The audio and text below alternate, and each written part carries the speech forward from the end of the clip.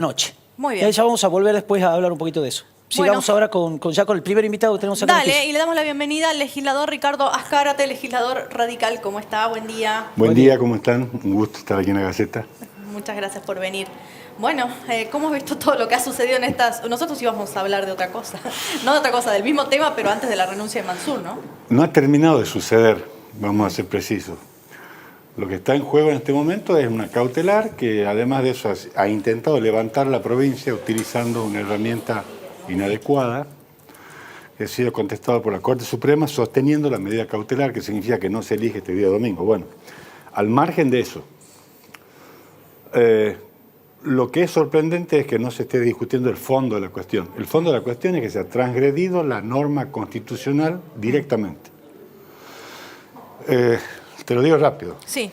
¿Qué tiene ahí en la mano? Lo que tengo en la mano es el reglamento de la legislatura, la Constitución, pero lo que tengo también son los antecedentes de la Constituyente. Ajá, de la Asamblea Constituyente que Así reformó es. la Constitución. Sí. Lo que me extraña es insólito que la Corte Suprema de Justicia de Tucumán, en un estudio que lo que se denomina la hermenéutica jurídica, significa el análisis de cómo fueron sancionadas las normas, no haya recurrido a esto. Lo primero, cuando se sanciona la norma de las bases del régimen político para Tucumán, se establece el término de 60 días y 2 meses antes. Y se hace una discusión en la cual, lo digo con todas las letras, el convencional constituyente, que era el presidente de la Comisión de Reforma Jurídica o Reforma de Política del Estado, era Domingo Amaya. Por ese entonces, intendente de la capital, intendente de Alperovich. Recordemos, año 2006. Sí. Se justificó diciendo de que Tucumán había sufrido con los cambios de poder largos. Recordemos que cuando cambió de Bussi a Miranda, por ejemplo, hubo 6 meses con la Constitución del 90, y esos 6 meses significaron la provincia con 4 meses sin pagar sueldo, la operatoria FED, que era la operatoria de canje de bonos, cancelada, el comercio en quiebra. Entonces se dijo que los 60 días eran suficientes y que debía convocar el Ejecutivo antes de los 60 y dentro, de los 2 meses hacer. Y no solamente se justificó ese plazo, y es cómico leer lo que decían los convencionales constituyentes de ayer a lo que dicen los funcionarios de hoy de este gobierno del poder, del Partido Justicialista. Decían lo contrario de lo que sostienen ahora. Primera cuestión, y este es el fondo que la Corte sí va a tratar. Y segunda cuestión es la inhabilidad total y absoluta del señor Mansur en función del artículo 90. Artículo que en realidad en la Constituyente se debate como artículo 76, porque en ese momento no se viene incorporado todo el resto, en la numeración correlativa. Bueno, ese artículo ha sido hasta modificado entre el texto sancionado en el recinto de la Constituyente y el texto de la Comisión redactora. El artículo es claro y la exposición la hizo el convencional constituyente Olea, por ese entonces intendente. Claro, de Monteros, ¿no? De Monteros, que era el presidente de la Comisión del Poder Ejecutivo, que tenía que dictaminar. Entonces dijo en su discurso, aludiendo a lo que era el artículo 76, después actualmente artículo 90, que el gobernador y el vicegobernador tenían que tener las mismas características que los legisladores, por lo tanto solamente tenían derecho a un periodo de reelección consecutiva, que no había ninguna manera de reelecciones indefinidas y que vencido el término de los 4 años debían esperar un periodo para poder presentarse nuevamente. ¿Qué es lo que dice el artículo? Dice el artículo que solamente el vicegobernador puede ser candidato a gobernador y que el gobernador no puede ser, escuchen lo que dice el texto, no puede ser elegido nuevamente.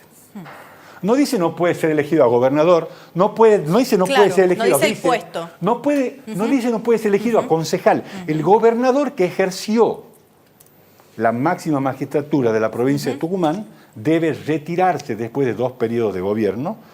Y además es cómico porque en la discusión política se hizo alusión en la Convención Constituyente a la reforma Roosevelt de Estados Unidos, que es la reforma que impone que el presidente que fue 2 veces nunca más se puede presentar. Que acá no éramos tan lesivos, que íbamos a permitir que se presenten, pero después de un periodo. Estoy diciendo las palabras de los constituyentes del justicialismo. Estoy leyendo y me comprometo a mandarle a la Gaceta, Por favor. para que tengan todo el anal de la versión taquigráfica de lo dicho, para que después nos demos cuenta de cómo ha actuado, sobre todo, Gaby, la Corte Suprema de Tucumán. Yo pregunto a los señores jueces de la Corte Suprema los principios elementales de la hermenéutica jurídica que significaban ustedes como Corte ante un planteo desopilante de decir que el señor Mansur podía estar 32 años en el poder. No podían haber recurrido como he recurrido yo, legislador, a decir qué decían los constituyentes cuando sancionaron la norma. No podían haber dicho, señores, ¿qué dijeron los constituyentes respecto a los 60 días o a los 2 meses? Porque ahora está el fondo de la cuestión. Porque la Corte Suprema de Justicia de la Nación, que hasta acá ha dictado una cautelar, ahora tiene que hablar sobre el fondo. ¿Y sabe cuál es el fondo? Que la elección debió haberse hecho en agosto y que Mansur nunca pudo haber sido candidato. Ese es el fondo de la cuestión de todo este planteo. La Constitución no es un trapo de piso, que lo cambiamos, lo enjuagamos o lo tiramos donde se nos ocurra. La Constitución es la letra que debemos cumplir todos los políticos y no la podemos cambiar a gusto. Señores de la Corte, sobre todo, Corte Suprema de Tucumán, es una vergüenza porque los 2 fallos que ustedes han hecho no han tenido ni siquiera el trabajo, no se han tomado el trabajo chiquitito de ir a decir, a ver qué decían los constituyentes cuando la sancionaron y por qué fue sancionada la norma. Regla elemental de la hermenéutica jurídica. No se cumplió. Bueno, Gaby, quizás no les interesó hacerlo tampoco, digo. No. Es tremendo lo que se ha hecho. Y la culpa y la responsabilidad de todo esto es de quienes incumplieron la norma, no de quienes pedimos que la provincia se apegue a la Constitución. Quienes estamos en Juntos por el Cambio, lo único que hemos dicho es, existe una Constitución escrita que dice que el gobernador que fue 2 veces no puede ser elegido nuevamente. ¿Por qué alguien interpreta lo contrario? Nosotros hemos salido a defender el texto de la Constitución, defender a todos los ciudadanos. Y la otra pregunta que nos hacemos todos es, ¿cómo sigue esto? Porque la verdad, lo que encontramos ahora es que el decreto de convocatoria del Ejecutivo está suspendido. En el caso de declarar nula la elección, que es lo que va a ocurrir cuando trate el fondo la Corte Suprema de Justicia de la Nación, que trata de un derecho elemental de todos los argentinos. ¿Somos iguales ante la ley o no somos iguales ante la ley? Y Ricardo, ¿usted qué opina de la elección, digo, del ministro del Interior como compañero de fórmula de Jaldo? Yo digo que es una elección que le corresponde hacer al Partido Justicialista, que es el que encabeza la fórmula. Claro, bueno, Mansur es el presidente del partido, ¿no? Sí, pero usted sabe que los candidatos no lo propone el presidente del partido. A ver, hasta en esto, la forma. Si en mi partido tendríamos que haber cambiado a Roberto Sánchez, debe haberse citado la convención de la Unión Cívica Radical, que dio un mandato específico y que colocó a Roberto Sánchez y que dio la posibilidad de hacer una fórmula conjunta. Ahora pregunto, ¿cuándo se reunió el Congreso del Justicialismo? ¿Ayer? ¿Ustedes han tomado nota de que se reunió el Congreso del Partido Justicialista y que decidió cuál es el cambio de fórmula? Todos los partidos que han firmado acople se han reunido ayer y han firmado todo que están de acuerdo en la persona designada. A ver, pero por favor, insisto, dejen de tratar como trapo del piso las normas, porque las leyes electorales exigían para este tipo de cuestiones que las máximas autoridades partidarias, que son las convenciones y los congresos, en el caso del justicialismo, decidan las autoridades. ¿Sabe quién decide en Tucumán? El dedo de una persona. ¿Y sabe qué nos pasa a los políticos cuando vemos esto? En mi caso en particular, yo decidí retirarme de la contienda política y lo charlé mucho con vos. Sí, claro. No tuve la oportunidad porque estuve muy enfermo de venir al programa y explicarlo.